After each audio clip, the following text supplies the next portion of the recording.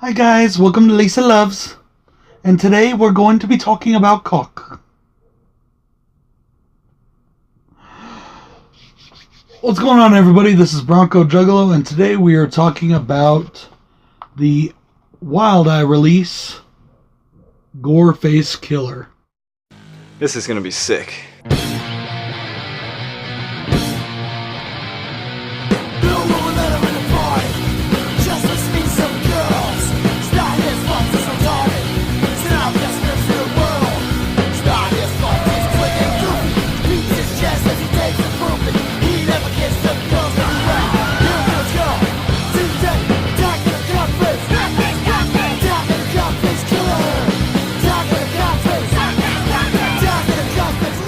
Tell us about the killing, Sheriff.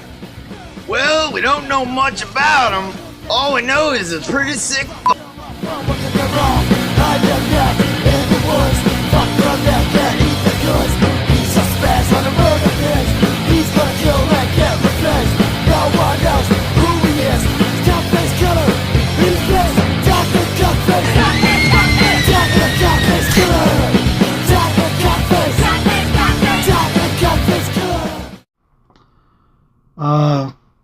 I gotta give a very quick warning. This is going to be a adults only review.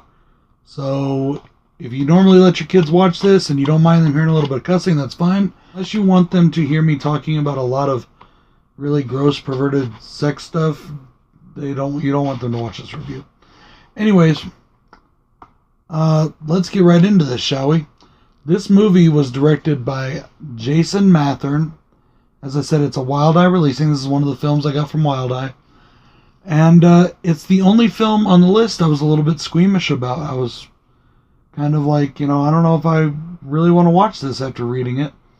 Because to me, I know it's not that I really get offended by anything that's, raw and extreme. This, by the way, is from their raw and extreme line. I just had a feeling that it was going to be shock for the sake of shock. And I was kind of right. It's also done for the sake of humor, I think. It just wasn't done very well. So, with that being said, I'm going to give you a quick synopsis.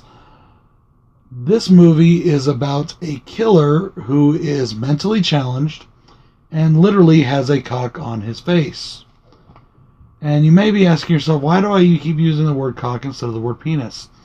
Well, that is because this movie actually used to be called The Cockface Killer. And they wanted to keep it that way, but they thought nobody would buy it if they did, so they changed the name. And it's appropriate because what happens in this movie, there's nothing clinical about it, there's nothing romantic about it, there's anything about it aside from dumb. Sorry. So this killer, he goes around the south of Louisiana, in a town somewhere in the south of Louisiana, killing people while they're having sex or masturbating. And he starts with a few redneck couples. The first just happens to be a brother and sister that happen to be fucking. This movie is 70% porno. Let's just put it that way. Not softcore porn either. This is hardcore shit. You see a lot of full frontal. You see a lot of cocks. You see a lot of vajayjay. You know what I'm saying? This is not a movie that you want your children to watch. Every time my kids even came near the room, I had to stop the movie. So yeah, definitely. This movie has the porno crossed with B-movie feel. And not a good B-movie either. We're not talking Groundhog here, which to me is a good B-movie. We're talking crap B-movie. I guarantee you that 90% of their budget went to dildos. Because it seemed like all the dildos in this movie look better than the rest of the special effects. And that's not a good thing. I think they were trying to go for like horror laughs here, but it just really falls short. There's not a lot of humor in this movie, honestly. I mean, they try to be humorous, but it's not that funny. There is absolutely zero story in this movie. And what can I say? I'm already getting into my pros and cons. So I'm not even trying to. I just watched this, guys. I just literally turned this off. 2 minutes before recording this movie. And it did have a couple funny moments, but that's about it. So, as I said, this movie is from the Wild Eye Raw and Extreme line. And it definitely fits there. The issue that I have with this movie, more than it just being a bad movie, is that they were trying to push the envelope, I believe, with all of the blood, guts, and sexual violence. On the back of the movie here, it even says, "Not for the squeamish, the most offensive and provocative flick you can make." There was nothing provocative in this movie. And the only thing offensive, to me at least, now if you're somebody that doesn't like, not saying I like looking at cocks. I don't like looking at cocks. Anyways, if you're a person who finds sexual things offensive or blood and guts offensive, you might find this offensive. But the only thing that was offensive to me about this was how bad it was. I mean, it's just that bad. It offended my good taste sensibilities. And I don't mean good taste as in class either. Sorry for all those dinging and dongings and all that shit out there. That's my wife messing with my washer and dryer. Okay, so let's officially get into our pros and cons. And I'm going to start with my pros because I only have 2 of them. The first pro is the Deputy Eclair. The only reason I put Deputy Eclair as a pro is he was the only time I actually chuckled in the whole film. When he is busting in to do his arrest or his search warrant on a stoner's house and ends up sitting there and getting high with them. The way he talks, it's just really funny to me. He's very much a goober. You could tell this is terribly low budget. They didn't even have actual cop uniforms. They had button-up brown shirts, little toy sheriff badges, and one fake gun that he stuck into his pant belt. He had no cuffs, no utility belt, nothing like that. But he kept repeating things like when he calls himself a little whippersnapper and stuff like that. And I thought that was funny. That was really the only time I laughed in this movie, except for during a couple of the kills.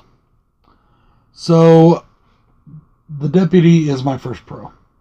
And one of my only pros. My second pro was another little place that did make me giggle just a little bit. And it is basically towards the climax of the film where our killer, the gore-faced killer, the cock-faced killer. The movie may be called the gore-faced killer, but he is known as the cock-faced killer. The cock-faced killer and a guy I like to call Mr. Crazy Town, and I'm going to put his picture right here. Why do I call him that, you might ask?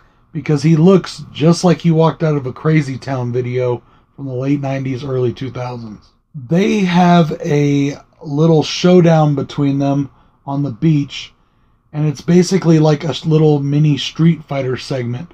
The dude even does the, I can't remember what it's called, the "Ya Ken" or whatever the fuck that Ryu and them used to do on Street Fighter. I don't know. I don't remember it that well. I mean, I do. I play Street Fighter a million times, but I can't remember how to say it, so whatever. Anyways, yeah, it was just ridiculous at the end. And yes, this is a spoiler, so... And then all of a sudden, I have no idea how or why, some guy in a monk robe emerges from the ocean with a sword and gives it to the cockface killer. And Mr. Crazy Town pulls out a sword of his own, a katana, and then it turns into what looks like a Highlander ripoff. A very badly done Highlander ripoff. And then the Crazy Town guy turns around and he's like, yeah, for some reason, I have no idea why, since the killer's still standing right behind him with a sword. And the killer swipes twice and cuts his arms off, kind of a la, Monty Python Quest for Holy Grail, even though it's not comedic, it's supposed to be gory. But then the arms are laying in there on the sand, and you can tell it's just mannequin arms. Lots of mannequin hands in this movie. Special effects were terrible. My God. Okay. Something else that didn't make sense of that part, though. And this is one of my pros, guys. This is a pro in the film for me. They're fighting in the ocean where it's about knee deep, and the tide's coming in. But when his arms fall off, they fall right on the sand, which shouldn't be exposed. Whatever. Okay. A few weeks ago, maybe 2 weeks ago, maybe not even 2 weeks ago, I reviewed Dave Maggott's film Groundhog. That film was done on a $7,000 budget. And you can tell it's done on a $7,000 budget, and that's not a slam. Dave knows how much I like his movie. I think they did amazing with a $7,000 budget. They actually put some time and effort into making the gore effects well done. They tried, did really well. No, it's not Tom Savini, but it was well done for how much they had to work with. These guys, I don't know what their budget was, but I think maybe if they would have spent a few less bucks at the dildo shop and a few more bucks on the gore effects, this would have been better. So that leaves me right into my cons, and my first con is a lot of the gore effects were just crap. I mean, they were just dumb. It didn't look good at all. It did not look good at all. The gore was stupid. You could tell it was all fake looking. Oh my God, I can't even believe I'm going to mention this. And this is kind of with the effects part. There is a part in this movie where a guy has to go to the bathroom so bad, he literally takes a shit in a kitty litter box. No, I'm not making that up. He shits in a kitty litter box. And the shit that comes out of his ass, first off, doesn't even come out his ass. It comes out by somewhere near his knees. And you can see that he's passing it through with his hands between his knees to try and drop it out. And what it is it's like just a stick. It literally looks like a stick. And I was just like, oh my God, what the fuck? Really? Really? Yeah, so that's first con there, is the effects, the gore effects, the shit effects. It was just crap.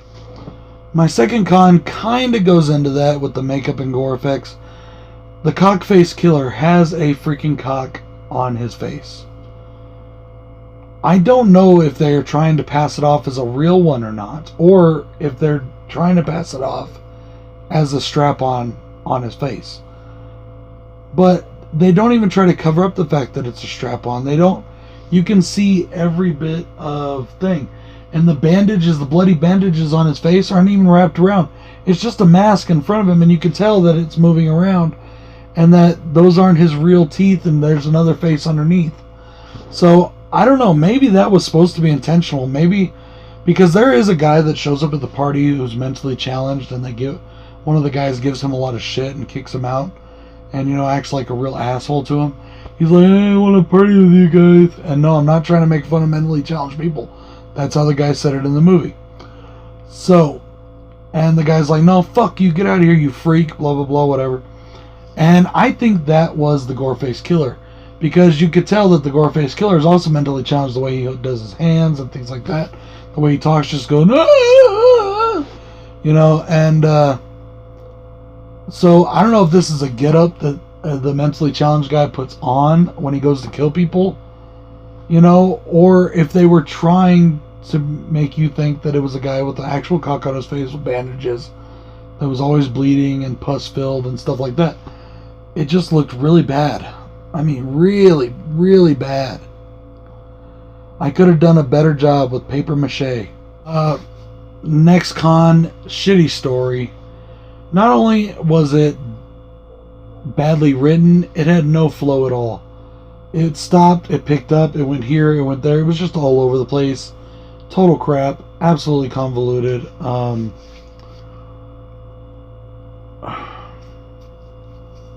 Man, I just... I don't know, guys. This is a movie that, while, like I said, there was a couple times I chuckled, I feel like I just lost, an hour and It's only 83 minutes long, so an hour and 23 minutes that I'm never going to get back. And, you know, I really hope Wild Eye forgives me for this review, because I want them to, you know, hopefully we keep this relationship going. But this movie's just terrible. Oh my God, is it bad? I get what they were going for here. I get it. They were trying to push the envelope. They were not trying to just push the envelope. They were trying to rip that motherfucker open, and it just doesn't work.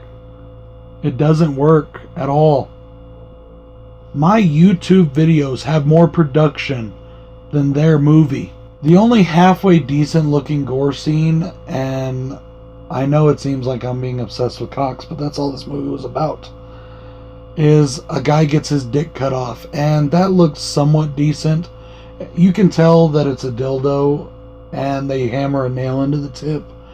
But then when they're cutting through it and they pull it off, you can tell that they actually did a little bit of work to have like a blood squirting out the vein, and it looked kind of like, I guess, what you would think the inside of a cock looked like once it was cut off. You know, it had like the veins and the blood vessels, things like that. And that looks semi-decent. That was the only good effect shot, and it had to be on a dick. Why did it have to be on a dick? This movie is just, oh my God, it's just so... There is a clown. A guy, I have no idea why. The guy is dressed up as a clown. Not like an ICP type clown, like a scary clown. Like, I'm talking like Bozo the Clown. He's dressed up as Bozo the Clown. He has a sock puppet on his hand, and he is using a penis pump to masturbate to farm animals. Yeah, I just said that. And I'll never be able to take that back. He's dressed up as Bozo the Clown. He has a sock puppet on his hand, and he is using a penis pump to masturbate to farm animals. Oh, God. It's just so bad.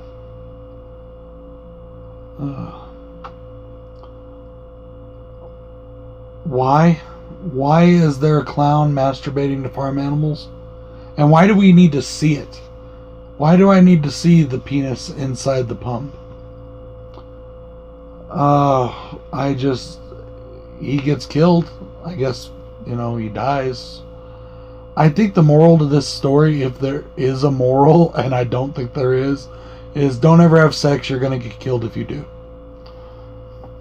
I'm trying, guys, to find something good to say about this movie. And I guess the only thing I can say, it's one other part that made me chuckle. It's my favorite kill in the movie, and this is not saying a lot, trust me. There's a girl who works at a tattoo shop, and she decides to pierce her nipples for shits and giggles, as she said. And it shows her piercing her nipples. It does a full-up close-up, and she literally pierces her nipple. I don't think it was fake. I really think the girl was piercing her nipple in the movie. And from what I can tell, they probably filmed it at an actual tattoo shop, where this girl is probably a tattoo person who does that. But it looked like somebody was actually getting their nipple pierced. And as I said, it didn't look fake. It looked like, because I've seen nipples pierced in shops before, and it looked just like I was standing there. So, the cockface killer comes in, does what he does, stabs her and stabs her and stabs her into the stomach, until he basically makes a hole in her stomach. And then he takes, oh my God, and I forgot this part in the synopsis. I think I forgot this part. Did I forget this part? He carries around this giant dildo with a suction cup on the end that he could stick to walls. I don't know why he likes sticking it to walls, but whatever. I mean, it's this big floppy thing that he beats people with to knock them out or whatever. And he takes this thing and he sticks it in her stomach, and he starts, you know, literally fucking her guts. And for some reason that made me chuckle. I don't know why. I feel like I'm going to hell just for watching this movie. Probably not even because it's offensive, just because it's shit. Oh, man. So, Wild Eye, please don't take offense to this review, but God, this movie was bad. Oh, God, was it bad. But I told you when I first talked to you that I was going to give you real reviews and honest opinions. And this is my honest opinion. This is just a terrible movie. Maybe if I was stoned, and I haven't done that in a long time, but maybe if I was absolutely stoned off my ass, this might be funny as hell. But unfortunately, I wasn't, and I'm not going to be, so. Anyways, that is it, guys. Also, Lisa, if you were still watching this movie, I hope you didn't mind me saying the word cock when I did your intro. I couldn't help it. I'm sorry I couldn't. Anyways, guys, this is BroncoJuggalo saying that my next review will not use the word cock so much, I promise. I'm putting an advisory on this. Hell, you shouldn't watch this with your children. You shouldn't let your children watch this. You probably shouldn't watch this review, period. Nobody should probably watch this review. Nobody should watch this movie. I'm telling you, it's just terrible. Absolutely terrible.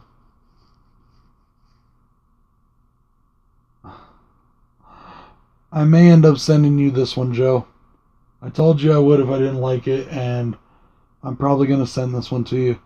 Even though I'm probably going to wish I still had it in my collection, because out of all the ones they sent me, this one has the best cover art and cover stuff. It's got, you know, the inside cover art and the outside. The cover art is probably the best part of this film. It looks way better than anything in the actual movie. So, I'm sorry, guys, for this review. I'm sorry for the movie. Wild Eye, please don't take offense at this review, because I love you guys. I still thank you so much for sending me all these films. This movie was just the ass. This is literally the ass. This is BroncoJuggalo saying peace.